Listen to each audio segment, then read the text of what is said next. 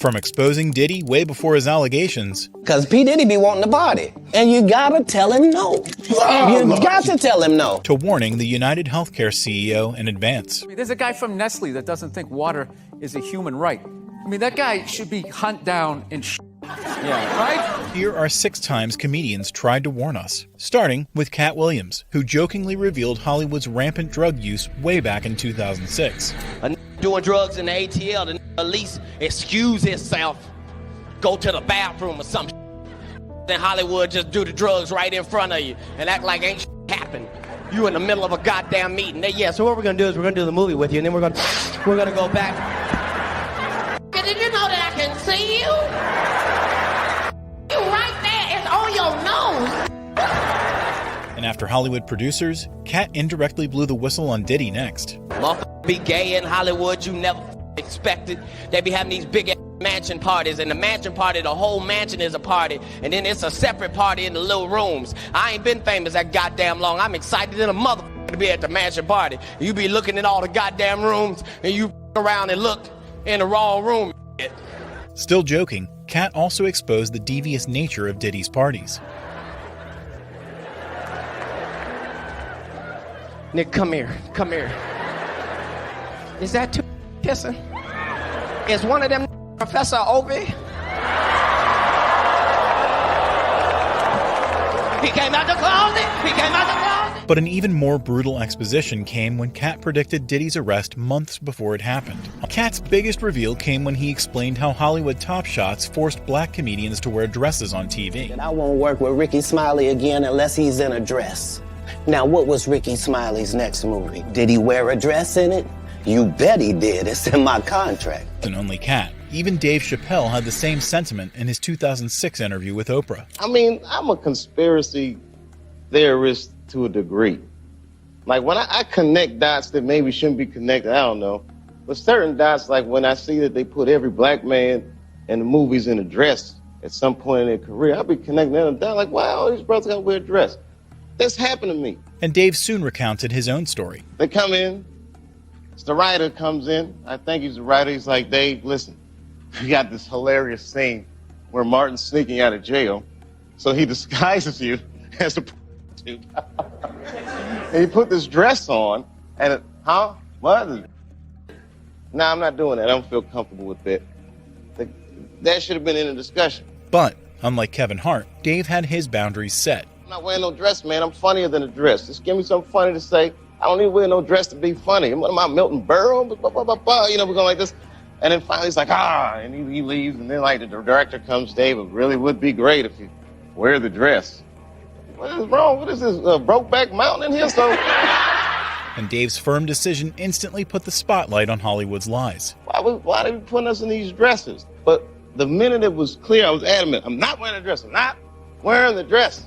All right, fine. Think of something else. That comes back 10 minutes later. The whole new scene. Hot damn, how did you write the scene so fast?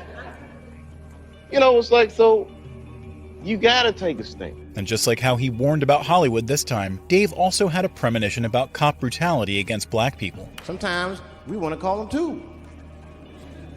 Somebody broke into my house once. It's a good time to call them, but I don't. House is too nice.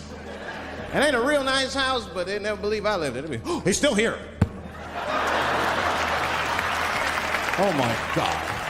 And Dave's jokes had no limit. Open and shut case, Johnson. I saw this once before when I was a rookie. Apparently this broke in and hung up pictures of his family everywhere. Well, let's sprinkle some crack on him and get out of here. Someone else who also has no limits with his comedy is Bill Burr, who called out Kanye's Nazi transformation years before it happened. That's a direct quote.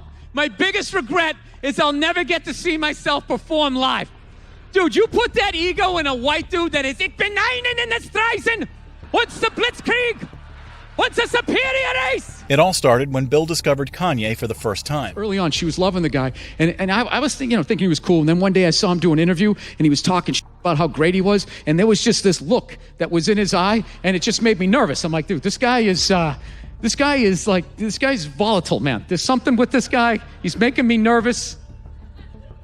This guy is like right on the edge of like snapping, right? He also explained how problematic Kanye sounded. I didn't know it was him, and he was just in the middle of talking about how great he was, and I came walking in, and all I did was hear this and like literally a chill ran down my spine, and I just started thinking like, no!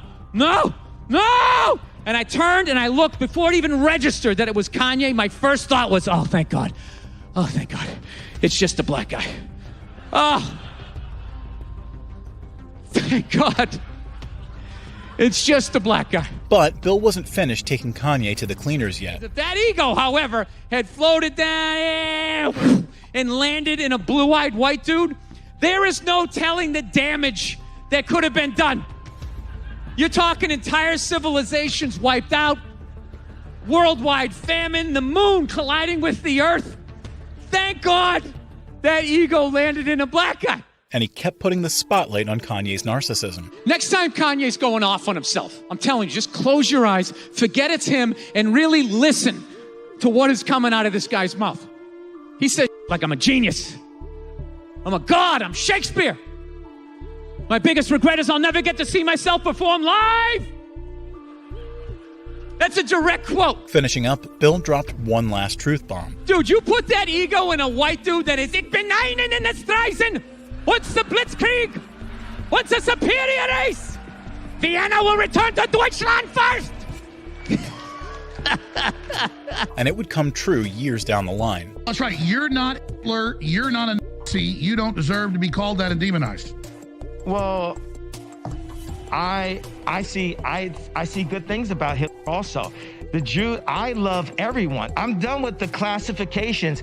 Every human being has something of value that they brought to the table, especially Hitler. Not stopping there, Bill also had another foresight on a Conan interview about the assassination of greedy CEOs. There's a guy from Nestle that doesn't think water is a human right.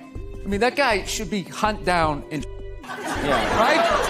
And they're gonna sit and just talk about all the, I don't know what they're talking about. Yeah, we gotta get America back to work. It's like, dude, this guy wants to own the rain. Can we do something about this guy? He works at Nestle. You're supposed to be happy. And Bill had no plans to hold back his opinion. This guy's like going, well, people are running out of water. What if we owned all the water and we kept it under our place? And in the future, when everybody's, that's how I picture the guy talking. I want to own the water. I want to have it underneath my house. And just, I'll come to the door in a robe, slightly ajar. Just like Bill warned everyone that CEOs have it coming, Shane Gillis also jokingly warned everyone that Drake likes him young. First of all, R. Kelly's missing, dude. What the f***? The R. Kelly's missing. Kells is missing? Kells is missing, dude. He con-aired and he got away. What? Yeah, dude. R. Kelly got away. That reminds me, I do want to say this. I want to be on the record. Drake's going to be, he's on that R. Kelly tip. You think so? Drizzy Drake likes him young. But even as a joke, Shane delivered a scarily accurate prophecy. It's somewhat known already, but this is one of those things where I want to, you got to say something. Like, remember Louis, that whole thing? Yeah. And like, we knew about that. Yeah. And we were just like, I don't know. Drizzy Drake's into the young ones. He's going to get got in the next 5 years. Oh. Unfortunately. Love me some Drizzy Drake, dude. And while Shane tried to backtrack, it was already too late. He just likes young girls. Okay, how young? Again. Post-pedophile. Like 17. Ah, dude, that's called a pedophile, bro. No, it's not. It's not a pedophile. Pedophile. Pre-pubescent. Pedophile. Okay. Yeah. You got the guy with that itch. You don't think he's going to Thailand? Just like Shane's political disaster joke came true, Joe Rogan also foreshadowed the LA wildfire disaster 6 months before it happened. He goes, it's just going to be the right wind, and fire's going to start in the right place, and it's going to burn through LA all the way to the ocean, and there's not a thing we can do about it. I go, really? He goes, yeah, we just get lucky. He goes, we get lucky with the wind. He goes, but if the wind hits the wrong way, it's just going to burn straight through LA, and there's not going to be a thing we can do about it. And Joe predicted everything down to the last detail. When they're talking about like thousands of acres that are burning simultaneously with like 40-mile-an-hour winds.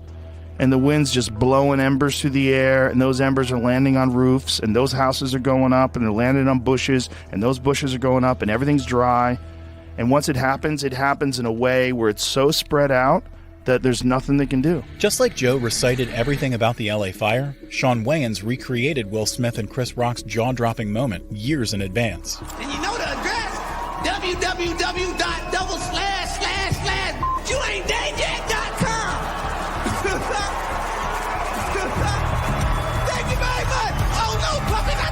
It all started when Sean hosted MTV's awards, parodying as Chris Rock. Well, check your self-esteem at the door, because the rudest comic in show business is back. Give it up for Chris Rock.